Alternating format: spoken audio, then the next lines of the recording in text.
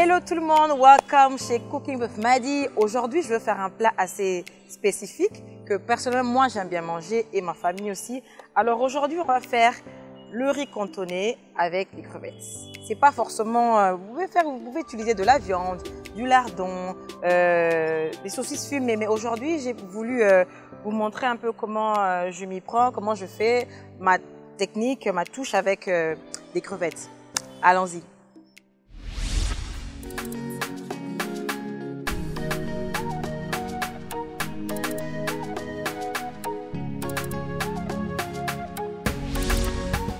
Donc, premièrement, ce que je fais personnellement, j'aime bien épicer les crevettes avant de mettre au feu parce que dans mon épice pour goûter matin. Donc, ce que je fais, je vais commencer avec mon bouillon de poisson. Je vais mettre un tout petit peu, pas beaucoup. Voilà, comme ça. Et je vais rajouter un peu de poivre noir. En fait, c'est pas du poivre noir, c'est 5 moulins de poivre. Donc, c'est 5 goûts de poivre dans un même bocal. Donc je mets le poivre, j'adore le poivre. Et voilà. Donc voilà, là, je vais rajouter un peu de sel. Juste pour épicer un peu, pas beaucoup. Et après, je vais... déjà le bouillon de poisson, il sera déjà dans mon donc faut pas mettre beaucoup de sel, sinon ça sera trop épicé. J'aime bien comme ça le goût du bouillon, le goût du poivre, le goût du... voilà, le poivre et le bouillon, et qu'on s'imprègne vraiment la la crevette, et ça sera super bon. Et donc pour l'instant, on va laisser de côté, comme ça. Donc voilà, après avoir bien mélangé mes crevettes et du sel et le bouillon de poisson et du poivre. Donc je vais laisser reposer. Après, ce que je vais faire, c'est que je prendrai ma poêle dans un likalunanga, je mettrai au feu. D'accord? C'est une recette très rapide à faire à la maison à tout moment. Surtout quand vous avez peut-être du riz qui reste. Je vais mettre là, je vais mettre un peu d'huile comme ça, pas beaucoup.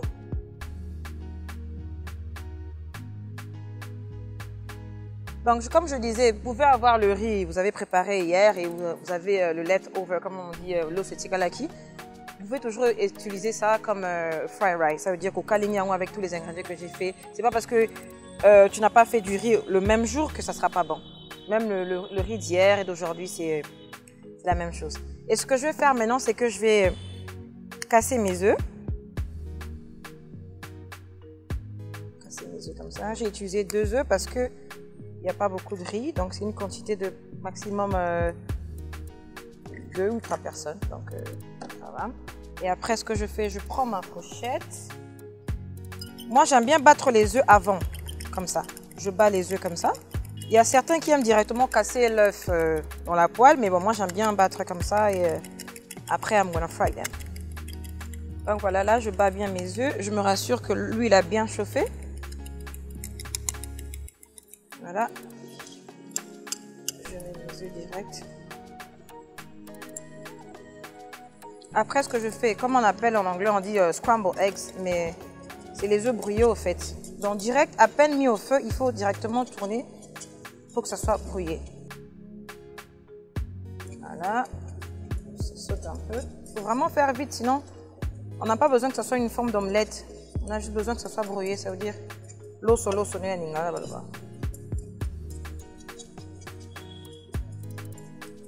Normalement, chez nous, les balous, tu peux faire ça, comme ça. Tu fais les œufs comme ça, tu rajoutes les épices, ça veut dire tomates. Et puis après, tu manges ça avec du foufou. On enlève un peu sur le feu, sinon ça risque de trop chauffer.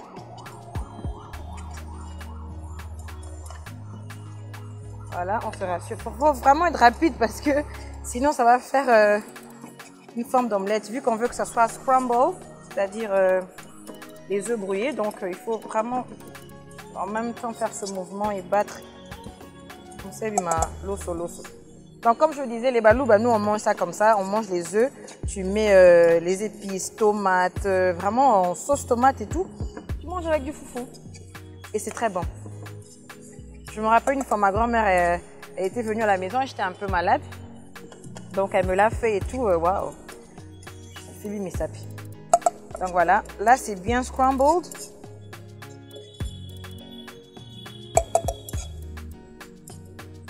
Voilà, là c'est bien brouillé. ça. Alors, comme c'est devenu bien brouillé comme ça, ce que je fais, j'aime bien mettre de côté. En fait, je brouille ça comme ça et je mets de côté. Et après, je vais griller les crevettes à côté aussi. Après, on va tout mélanger en même temps. Parce que j'ai pas envie le temps où ma les autres là et kangami dans ma crevette, j'aime pas trop. J'aime bien quand c'est vraiment séparé, préparé. On a quoi, quoi. Là, je vais enlever mes œufs. Ouais, c'est bien brouillé.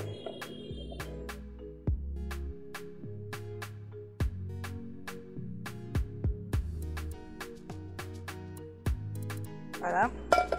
Après, ce que je fais, je vais rajouter encore un peu d'huile. Donc voilà, là, l'huile a encore un tout petit peu chauffé. Ce qu'on va faire, on va maintenant griller les crevettes. Vous n'avez pas besoin de ça, c'est pas grave. Voilà.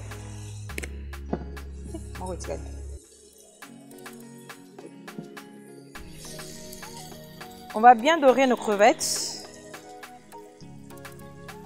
Parce qu'à la base, normalement, vous pouvez rajouter du citron quand vous épluchez votre crevette parce que il y a un peu ce côté un peu du poisson. Personnellement, moi aussi, j'aime pas quand ça sent trop le poisson, ça goûte trop le poisson. Moi, j'aime bien quand le poisson est bien épicé et ça casse un peu ce côté-là, quoi.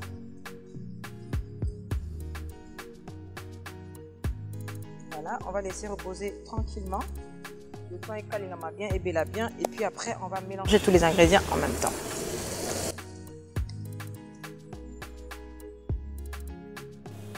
Donc voilà, là on voit bien que nos crevettes sont bien dorées. Donc il ne faut pas trop cuire, sinon il y a comme un trop caoutchouc. Donc ce que je vais faire, je vais rajouter mes feuilles de laurier. Ça, je rajoute de l'ail. Moi j'aime trop l'ail dans tout ce que je prépare.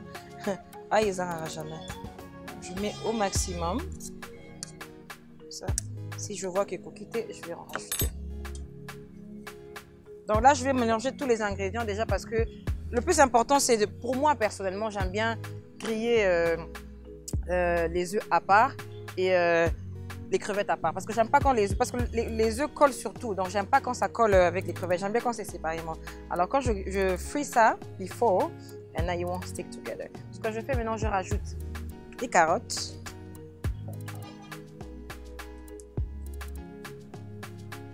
Alors j'aime bien aussi mettre les carottes avant tout parce que des fois c'est dur à cuire, ça prend du temps pour cuire. Alors j'aime bien mettre en avant. Je mets un tout petit peu parce que je vais en rajouter pour garnir un peu plus tard. Et après voilà, je tourne, je mélange bien.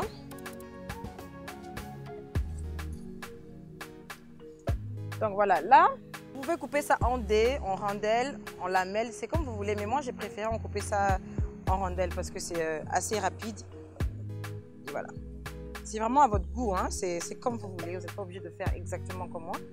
Mais les épices que j'ai, les ingrédients que j'ai mis à l'intérieur, c'est assez essentiel pour ce fried rice. Donc on mélange bien. Là, on diminue le feu, sinon, si le feu il est très fort, ça risque de brûler tous les légumes. Donc, on a monté ma lembe et bien on enroule gentiment, tranquillement et sûrement.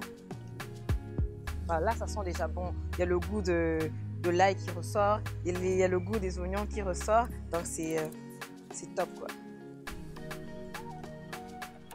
Voilà, ça sent très, très, très bon. Après, ce que je fais, c'est que je rajoute mes œufs.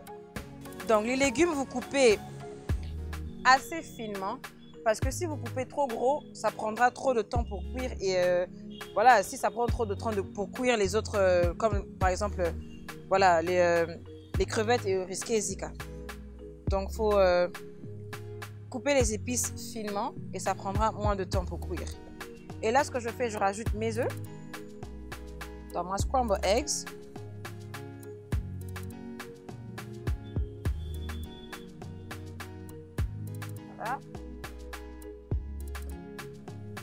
Voilà, ça donne déjà une très bonne couleur là. As you can see, very nice. And the smell is just amazing. L'odeur, wow. Donc ce qu'on fait maintenant, on laisse un peu cuire le temps que les carottes et belles, et puis après ce qu'on fait, on va rajouter du riz.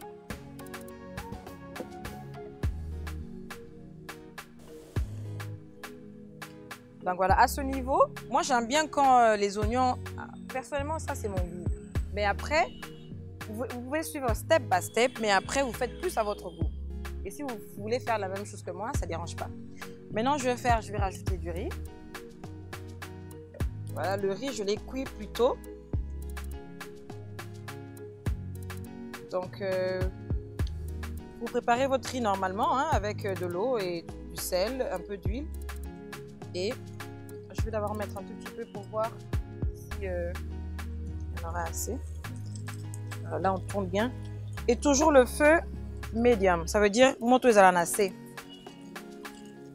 Le feu ne doit pas être très fort, sinon ça risque de brûler la nourriture. Voilà. I don't know if you can see, guys, the color just wow. On mélange très bien. Voilà. Donc voilà, je pense que là il y a assez. Le riz que j'ai laissé un peu dans chaque agnon, c'est parce que voilà, on s'en fout, on a bien mangé, donc voilà. Tout l'amour est obima, on va donner éviter. Pour ça, beaucoup de la caméra avec Sabine. Et après, voilà, ce que je voulais faire, c'est assez mon épice assez spécial. C'est rice spice. C'est-à-dire, c'est à base de curcuma. Ouais, curcuma. Donc après, je vais rajouter un peu. Moi, j'aime bien quand le riz, il a un peu jaune. Vous n'êtes pas obligé de mettre. Hein. Moi, personnellement, j'aime bien. Donc, voilà, je mets comme ça. On va d'abord tourner pour voir si c'est assez jaune. Si c'est pas assez jaune, on va encore en rajouter.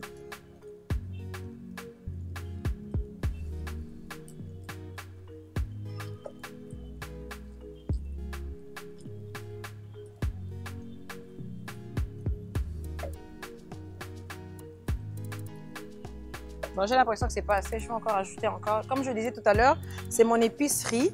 C'est spécialement à base du curcuma. Donc, si vous avez, vous en mettez. S'il n'y a pas, vous n'êtes pas obligé. Moi, j'aime bien quand c'est assez jaune pour rendre un peu le riz spécial. Et si vous voulez aussi, vous pouvez rajouter de la sauce soja.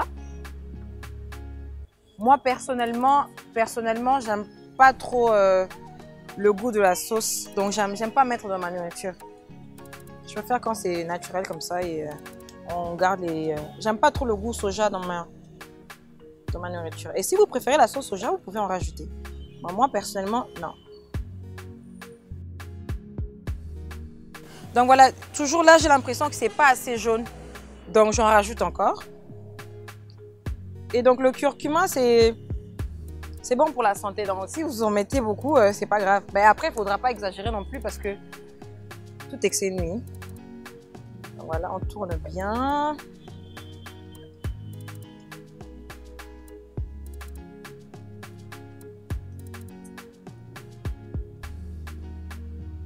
Toujours mon feu, il est à low heat. Le feu ne doit pas être très fort, sinon ça va brûler. J'insiste parce que il faut monter à la doux. Comme ça prend le temps ça mijote ensemble. Les saveurs se mélangent ensemble. Et puis après, gougnon se s'imprégner dans l'eau, dans tout oignon se sangana. Donc prenez votre temps. Prenez votre temps de bien mélanger, de laisser cuire doucement. Après, je mettrai mes maïs en dernier parce que le maïs, déjà, il y a maïs qu'on a container. Ça veut dire maïs, ça va boîte, c'est déjà assez mou. Alors, si je mets déjà au début comme ça, et comme un potopoto, donc on ne veut pas ça. On veut assez que les maïs restent un peu assez croquants et quand on mange, on est en train d'enjoy. Voilà, là, je laisse cuire calmement pendant maximum 10 à 7 minutes et puis après, on est bon. Donc voilà, là on a vu que j'ai remarqué que nos carottes, ça commence vraiment déjà à rouler bas. On va goûter. Voilà. On n'a pas besoin de trop cuire les carottes parce qu'on garde un peu ce côté assez croustillant. Parce que sinon ça devient trop mou, après le goût se perd un peu. Moi j'aime bien personnellement quand ça reste un peu croustillant. Quand on prend le first bite, il y a le côté croustillant des carottes et le côté mou un peu de riz. Donc là, je vais rajouter mes maïs. Là, comme vous voyez, j'ai vraiment diminué le feu parce que j'ai pas envie que ça brûle. Donc, j'ai vraiment diminué dans le low heat. Ok? Voilà. Ici, on mélange bien. Et c'est vraiment à votre goût. Si vous aimez quand il y a trop de légumes, il y a trop de... voilà, parce que les carottes, déjà, c'est bon pour la santé. Le maïs, c'est bon pour la santé. Donc ça, même si vous en mettez beaucoup, ça ne fait pas du mal, quoi. Donc moi, je vais quand même le mettre le tout. Voilà, je mets tout le bol. Et je mélange. Je mélange bien. Bien comme ça. Et après, ce que je fais personnellement, moi j'aime bien manger épicé. C'est-à-dire tout ce qui picote un peu, tout ce qui, voilà, et moi, hein, tu m'en fous, donc moi j'aime bien. Donc ce que je fais, j'ai coupé mes morceaux de piment en slice. Je mets ça à la fin parce que je ne veux pas que ça prenne, quand ça prend trop de temps au feu, le piment se propage et après le repas ça sera trop pimenté. Donc après je mets vraiment genre 2 minutes avant la fin pour me rassurer qu'il y a assez de piment qui s'est un peu propagé, mais pas beaucoup. Après quand je dis tout à l'heure, c'est un repas à 3 à 4 personnes, c'est pas que tout le monde aime bien manger pimenté, mais j'aime bien ce côté assez piquant. Voilà, je vais pas toucher parce que ça pique. Utiliser ma fourchette et le couteau. Voilà.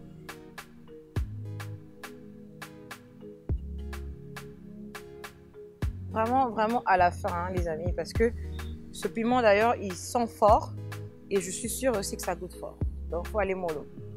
Après, si c'est pour vous-même, allez, vas-y, hein, à votre goût, mais si c'est pour plusieurs personnes, allez-y mollo. Ou carrément, ne mettez pas de piment. Là, on mélange un peu. Et là, on va attendre 5 minutes. Et après, on a fini. Donc voilà, ce que j'aime bien rajouter après, pour question de plus de saveur, j'aime bien rajouter le beurre. Donc je rajoute un peu de beurre. Question de rajouter le goût, je mets de côté, chaque côté pour qu'il fonde bien. Voilà.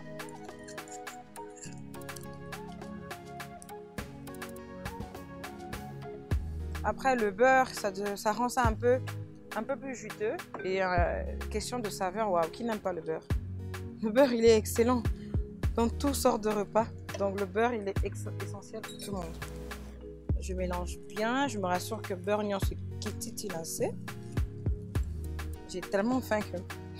Non, mais la soie.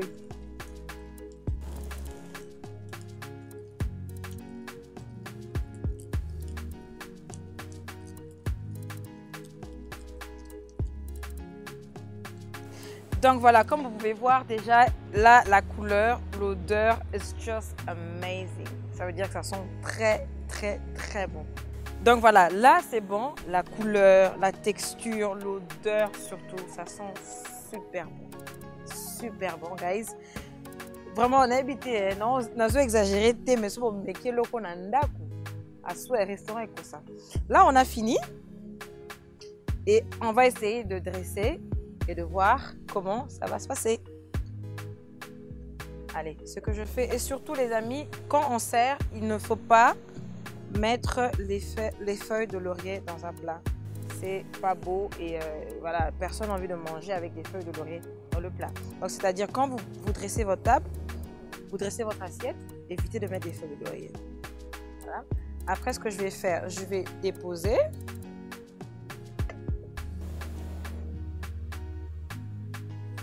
Voilà.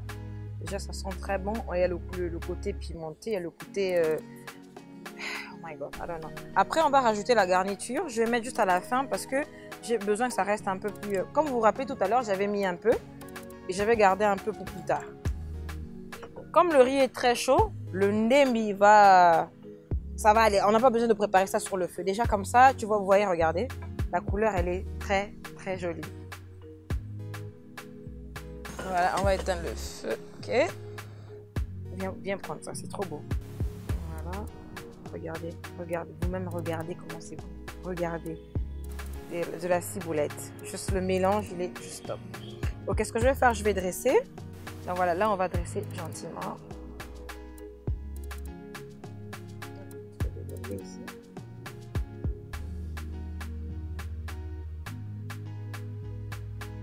Donc cette assiette, normalement, c'est pour une portion d'une personne.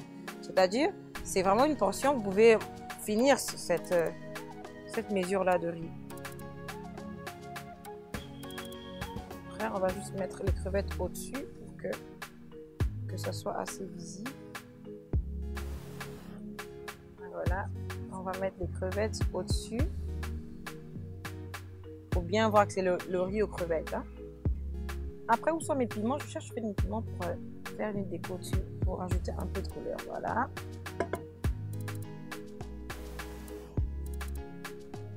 Donc les amis, comme je disais tout à l'heure, vous amusez avec la décoration. Ça n'a pas besoin d'être parfait parce que chacun a son goût, a sa manière de faire les choses. Vous n'êtes pas obligatoirement obligé de faire comme moi ou sentez-vous à l'aise, amusez-vous. Surtout, moi je dis toujours que le dressing d'une assiette, c'est par rapport au mood, au vibe. C'est-à-dire, c'est vraiment comme vous sentez et sentez-vous libre. Même si ce n'est pas parfait, après, on rajoute un peu de persil. Si vous n'avez pas de persil, même le céleri, il est essentiel. Donc voilà, comme je disais tout à l'heure, si vous remarquez, si vous avez bien suivi, j'avais épicé en premier les crevettes avec du poivre. Mais après, personnellement, moi j'aime bien quand le poivre il est un peu cru.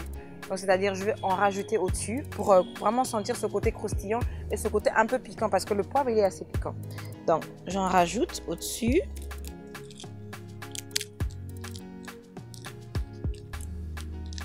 Comme ça. Voilà. Parfait. Et là, notre plat il est prêt. Donc voilà les amis, notre plat il est prêt finalement. Guys, je vous dis, vous pouvez bien faire ça à la maison. Aux a besoin qu'il y ait restaurant parce que ça, c'est exactement ce qu'on mange dans les restos et fait à la maison. Et c'est fait à la maison par vous-même et c'est avec beaucoup d'amour. Donc c'est-à-dire que vous mettez au lit au scientifique bilingue. Le plat il est prêt, il est fini. On va goûter avec vous.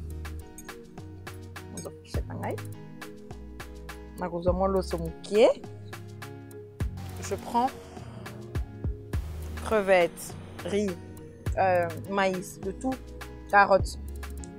Je mets dans ma bouche pour goûter.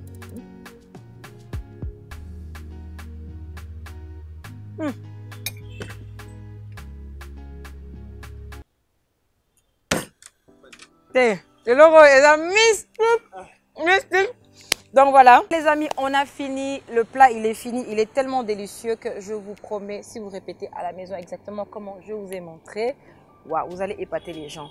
Et voilà, on a fini. Vous allez suivre step by step with Cook Everybody.